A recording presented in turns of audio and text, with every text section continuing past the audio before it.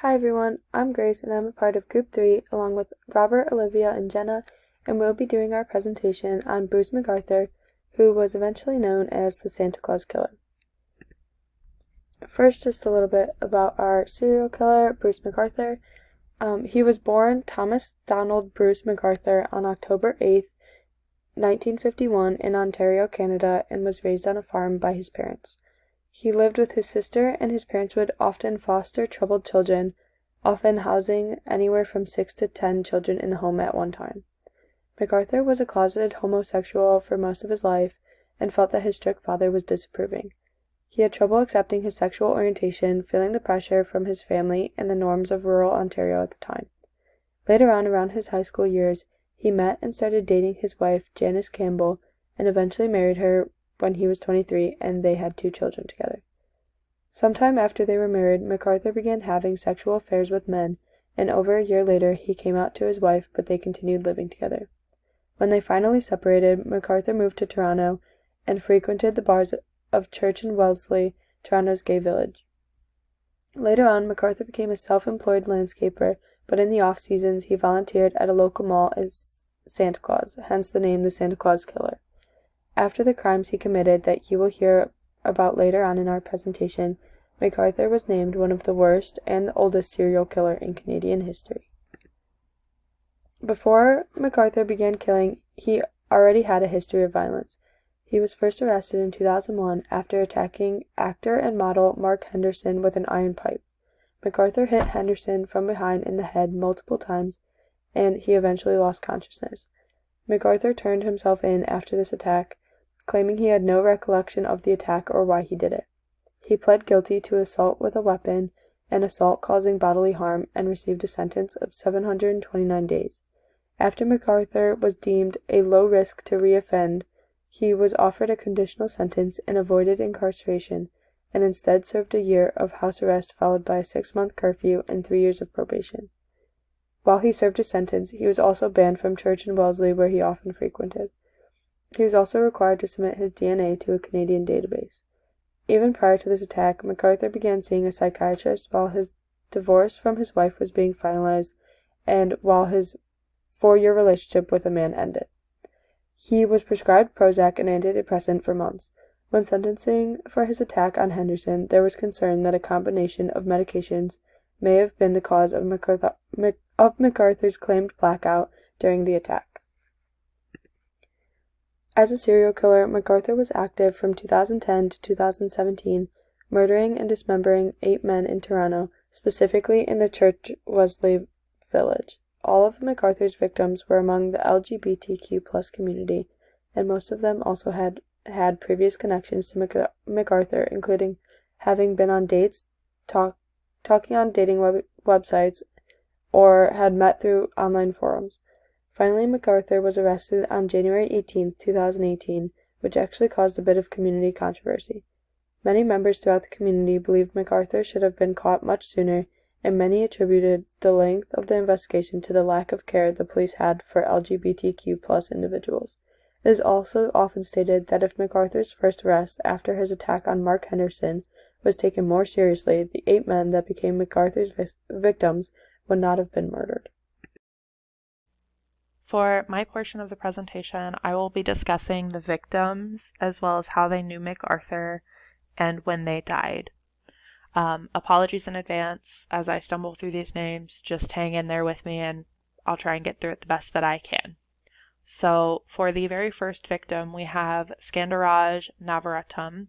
He was 40. He was an immigrant from Sri Lankan, and he had formed a relationship with McArthur, and he had been killed September of 2010.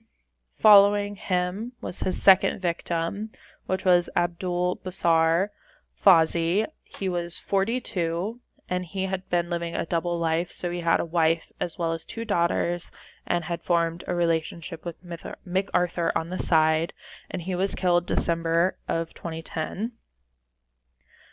His third victim was Mahid Kahan, who was 58 and had known McArthur through the club scene before he had died, and he died in October of 2012. Following that was the fourth victim, who was Sarush Mahmoodi, and he was 50, and he also came from Sri Lanka as a refugee, and he was killed August of 2015. After that was Krishna Kumar Kangarantam. He was also from Sri Lanka, and he came to work for his family and he was a refugee, even though his status was rejected. He was 37 and killed January 2016. Following that was Dean Lisowick, who was 47 and homeless, and he had never actually been reported missing.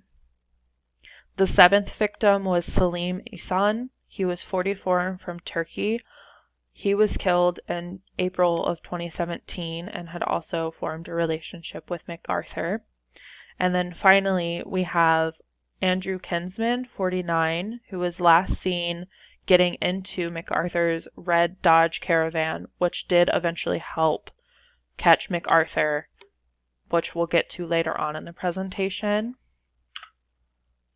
So, about the victims, all of them identified as LGBTQ plus members. So they were out at a lot of the Toronto enclave scene.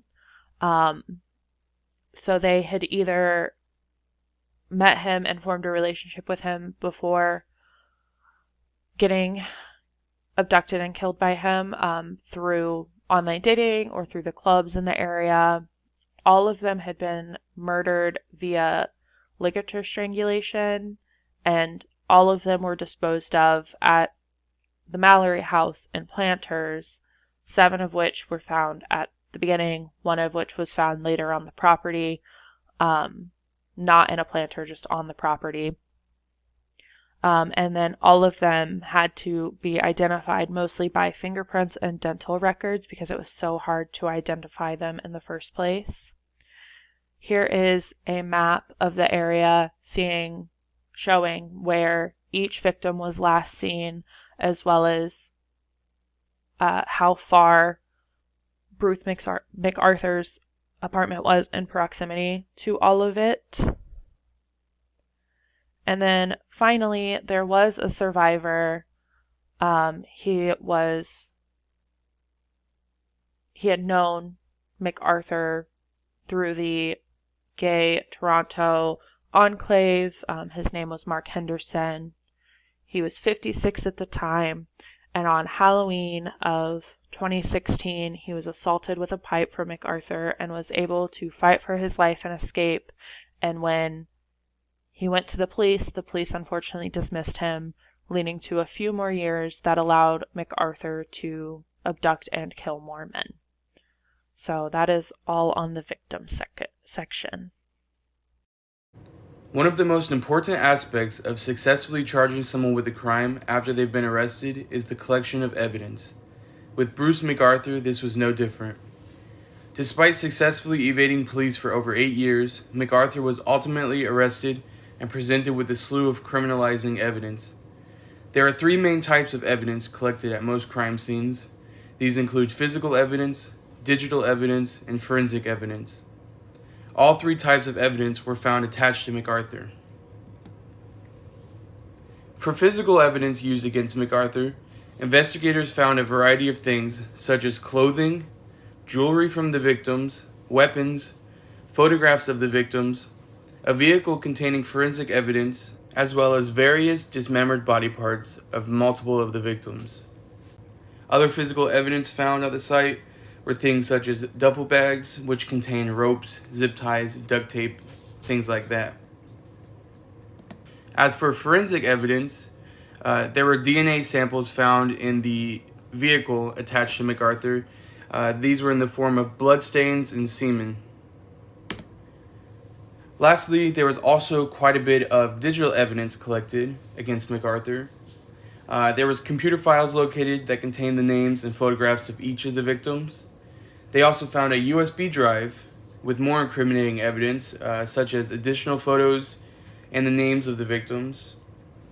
There was also a surveillance video recovered that showed McArthur leaving the home of Andrew Kinsman, the man photographed in the bottom right, and entering into the 2004 red Dodge Caravan.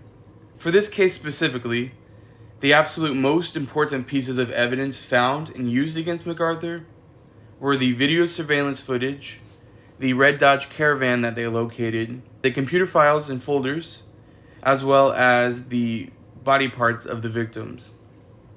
This leading evidence was enough to grant police a warrant to search McArthur's apartment. Inside, they cloned his computer and they found hundreds of graphic photos of multiple victims before and after they had been killed. Some of the pictures even showed that McArthur had dressed up and posed their bodies. Here's a short video of the surveillance video captured of McArthur and Andrew Kinsman. This is the last time Andrew Kinsman was ever spotted.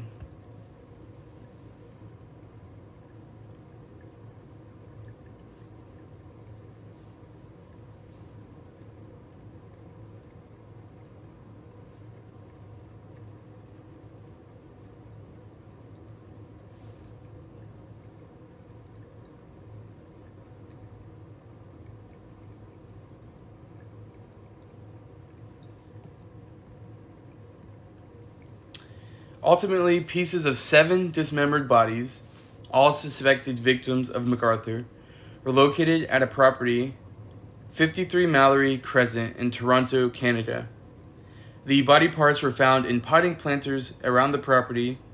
There was also an 8th victim that was found in a valley behind the home. Here's a short video clip of the homeowner and what she has to say about the victims. From Karen Fraser, who is the homeowner of 53 Mallory. That is where the dismembered bodies were found. They were inside planters on her property and buried in the backyard. Just thinking about the last moments of those men, it comes to me quite often, particularly the 2 that I met very briefly, but I did meet 2 of them, and if I'm haunted by that, yes, I am haunted by that. The last thing that I want to talk about are the expert investigators that were involved in the McArthur investigation. So, lead investigator on the case, Detective Sergeant Hank, he says that digital forensic experts have been and are continuing to assist in the investigation.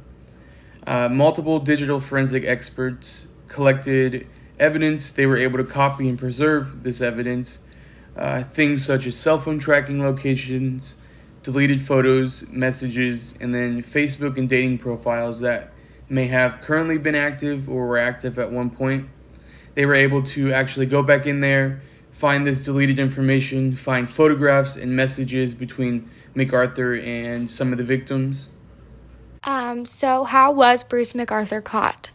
After searching Kinsman's apartment in June, Kinsman being one of the victims, the police began investigating Bruce McArthur as his name was connected to one or more of the items in the apartment. Police tailed McArthur from September 5th to November 17th, trying to collect DNA evidence on trash that he may have disposed of or items that he may have touched. The police placed McArthur under 24/7 surveillance, and it was under this action that they observed a young Middle Eastern man entering McArthur's home with him. The police deemed this probable cause to enter McArthur's home, where they found the man chained to the bed with a bag over his head. This was on January 13, 2018, and McArthur was placed under arrest. No mugshot photo has ever been released of Bruce McArthur because the Toronto Police Department stated, quote, "There is no investigative reason for us to release his photograph." So that's why that photo was not accessible to us. After his arrest, subsequent searches of McArthur's home and other properties, including the burial sites of the victims, turned up evidence to use against him in his trial.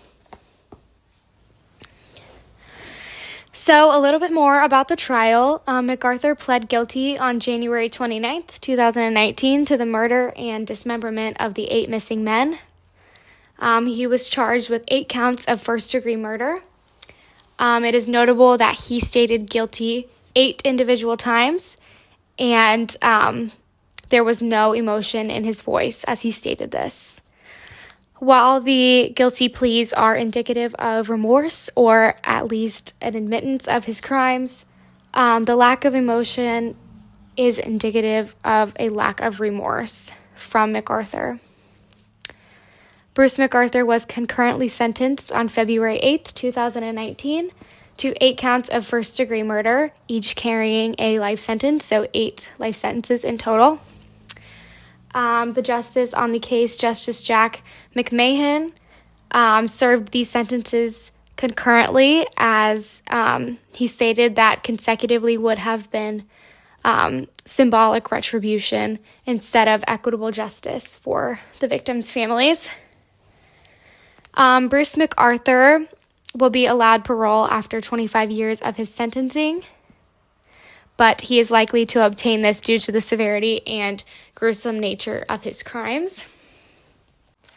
The combination of the eligibility for parole and the concurrent sentencing really upset the victims' families, and this was seen in their victim impact statements given at the trial. The picture below is of one of the victims' families talking to the press outside of the courtroom after the trial. And just to mention that the trial was not open to the public, so it was a private trial. So where is Bruce McArthur today? He is currently serving a life sentence at the Millhaven Institution, which is a maximum security prison in Canada. Bruce McArthur is currently 72 years old and will be eligible for parole at the age of 91. No statements from McArthur have been released that we know of, or that I could find at least. So he has not spoken on his parole eligibility or his crimes after sentencing. The 2 images below are images sketched from his trial because, as I previously stated, it was not open to the public, so there are no images of the actual trial. If anybody would like any more information on Bruce McArthur or his crimes, the link in the presentation gives a great and interactive overview of Bruce McArthur and just walks you through some more information about the victims as well as the locations and timeline of the crimes. Thank you guys for listening, and if you have any questions, we'd love to answer them.